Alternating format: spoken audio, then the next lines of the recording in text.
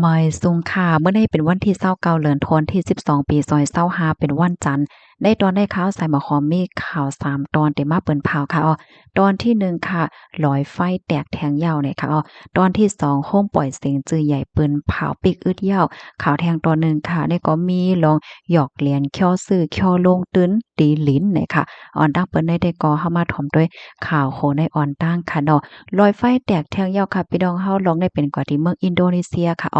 เมื่อวันที่27เดือนธันวาคมที่12ปี2025ได้ค่ะไลเกิดขึ้นเปิงเป็นรอยไฟแตก2ปอก2กั้มค่ะนะรอยไฟอันนี้ได้ก็มีชื่อว่าเมราปีในอันแตกปอกกั้มที่1ได้เป็นขิงข้าวยาม11โมงปลาย21มินิค่ะปอกกั้มที่2ซ้ำ11โมงปลาย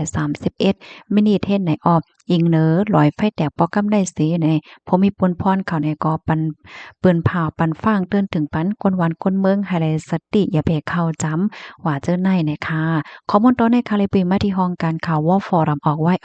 กำในเฮาค่ะมาถ่อมด้วยข่าวเงาแทงตอนหนึ่งค่ะโห้งปล่อยเสียงจือใหญ่อันเปิดมาเข้าตั้ง35ปีนั้นไล่เปิ้นเผาปิกอึดเยี่ยวในค่ะเมื่อวันที่27เดือนธันวาคมที่12ปี2025เนี่ยมีข่าวเงาออกมาว่าคอมพานีเทโดเรดิโอเนี่ยเนาะไล่เปิ้นเผาปิกอึดเยี่ยวเนี่ยค่ะ ตั้งฝ่ายคอมพานีเรดิโอค่ะไล่ออกมาเปิ้นเผาถึงก้นหวานก้นเมืองว่าเตปิกเตกึดเป็นตั้งการกว่าเหย้าข่าวในสิ่งปีในป้องว่าเรดิโอเขานั้นได้เปิดปล่อยเสียงกว่าตะบ่ถึงสิ่งปีในกวยเหย้าเฮ็ดจังได๋ค่ะห้องปล่อยเสียงในก็เปิดมาเข้าตั้งถึง35ปีเหย้าค่ะนะก่อสร้างลองอดอกอุ่นใจลองมนต์ซื่อปันโพสงถ่อมเพ่งกว้ามว่าโพสงถ่อมห้องปล่อยเสียงเรดิโอในมาตั้งนำตั้งหลายเนี่ยค่ะก้อยกะว่าพ่องย่ามมือเหลียวซ้ำในโฮบทบยาลองเข่งตาหลายหลายลองตีอันเกิดคืนเฮ็ดจังไหนค่ะฝ่ายหนึ่งก็จังหนังว่านั้นยาวค่ะเนาะกับปานมือเหลียวได้มันเป็นปานสื่อตรงก้นไหนลองอยู่สร้างกินเศร้าลองส่งเจอก้นเฮาค่ะก็มันมีลองเป็นปลายแหลกลายกว่าในเสแลเฮ็ดให้คงปล่อยเสียงเขานั่นน่ะมีลองเข่งตานำแห้งหนาในเพราะว่าเฮาค้ามาด้วยน่ะพี่น้องเฮามือกูปอกในค่ะเนาะเปิ้นก็ได้เลกันโสงถ่อมออมร่มเรดิโอค่ะเนาะ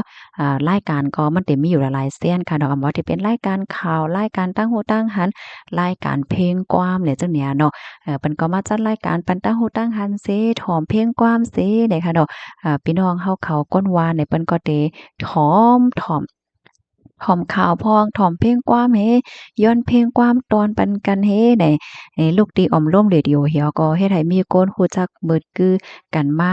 ฝากเพลงความฮักความแป้งตอนปันกันบางก็เป็นจู้ฮักจู้แป้งกันกว่าเฮ็ดให้ก็มีมันก็เกี่ยวอยู่เมี้ยวหนึ่งค่ะเนาะจังว่านั้นค่ะก้อยกะว่ากะปันมาเหลียวได้ก็สื่อตรงก้นได้มาแห้งหน้าแน่เนาะตั้งฝ่ายคอมพานีเนี่ยก็ยินจมใหญ่นำถึงพี่น้องผู้ปันแห้งกูก็กูก้นดีอันไรปันเอ็นปันแห้งมาอยู่ ตาสีจังไหนค่ะ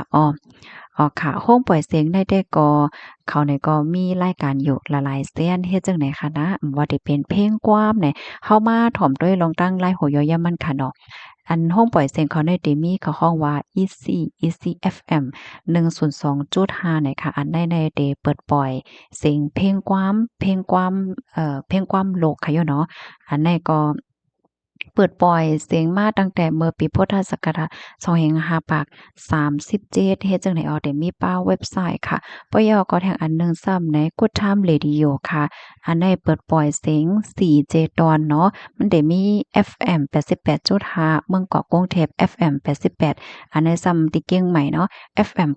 94.5ซ้ำสงขลาและ FM 104อุบลราชธานีหรือฉะนั้นก็รับถมได้ทั้งเว็บไซต์นะคะยก็มาเที่ยงอันหนึ่งซ้ำอันนี้เป็น High TZ Thailand เนาะอันนี้ทำเปิดปล่อยเสียงเพลงความไทยเพลงความอังกฤษว่าจังว่าเฮ็ดจังได๋ค่ะกว่าเนาะในก็ได้เปิดมาตั้งแต่เมื่อปีพุทธศักราช2545นี่ค่ะแล้วก็มาเที่ยงอันหนึ่งซ้ำโตฟูท็อปเรดิโอเนี่ยเนาะบ่ค่ะออกเสียงผิดความบัดนิดหนึ่งอันนี้ซ้ำเป็นเพลงความเอเชียออนไลน์ที่ดีที่สุดเนี่ยค่ะ เปิดปล่อยเสียงผ่านดังเว็บไซต์เนาะ เปิดมาจะเมื่อปีพุทธศักราช2553นะคะข้อมูลตอนนี้ก็ค่ะเลยเพิ่นมาที่ห้องการข่าวมติชนออกไว้เนี่ยค่ะเนาะถ่อมข่าวโหนยก็พี่น้องค่ะหันถึงจังหือพองล้อมๆเสหลายค่ะนะเพราะว่าเฮาค่ะมาด้วยภาวะจัดปานก้นเฮาค่ะมื้อปานมื้อกุปอก็มันก็ลิเกี่ยวอยู่นะค่ะว่าดอกลองผิดแผกกันลองเซ่ซ่อมกันลองลาลองหังกันก็มันบ่แฮงเหมือนกับปานมื้อเหลียวเนาะจ้องว่านั้นค่ะแฮงเลยว่านั่นแหละมื้อกุปอกแน่ก้นที่อันเดมาปล่อยเสียงเนี่ยมันเลยขึ้นปังสอนเป็นได้เป็นว่าค่ะเนาะมันจะเลยว่าใครลาสังกอไลใครว่าเหอกอไลเฮ็ดให้มันจางค่ะนะมื้อกุปอกเนี่ยตั้งฝ่ายผู้ใหญ่ก้นหลวงเขาเพิ่นก็ได้ไปถอมป้าอันไรลาดและอันไรลาดไรว่าสังว่าเฮ็ดได้นั่นค่ะนะเนาะค่ะรับถอมยอหันเถินซึ่งก็บรรทัดหันถึงบ้านไรอยู่ในคาเนาะ ลูกดีข่าวเง่าโหได้เห็นแลกำในเฮาขามาถ่อมด้วยแทงตอนหนึ่งอันนี้เป็นรองยาอินค่ะนะเกี่ยวกับเลยรองตีลิ้นนะคะเมื่อวันที่26เดือนธันวาคมที่12ปี2025ตีป่นมาในค่ะตั้งฝ่ายภูมิพลพรเขา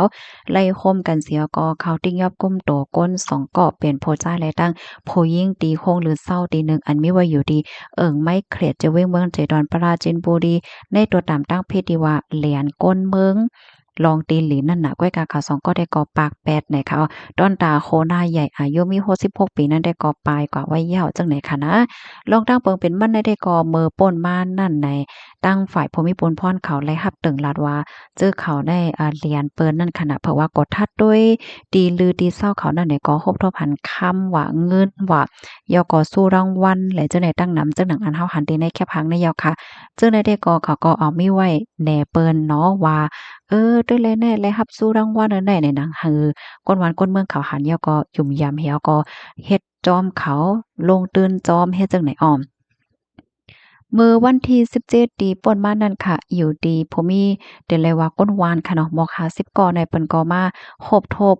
ผมมีปนพรเขาลัดนี้ลองตั้งไล่โหย่อยย่ำมันว่ามีนายนาป้อยจ้ามันเหรียญก้นหวานให้คมลงตื่นซื้อตีหลินก้วยการเลื่อนสุดเนี่ยก็มันเป็นตีหลินติบเป็นตีหลินตีอันมีแต่จังเนี่ย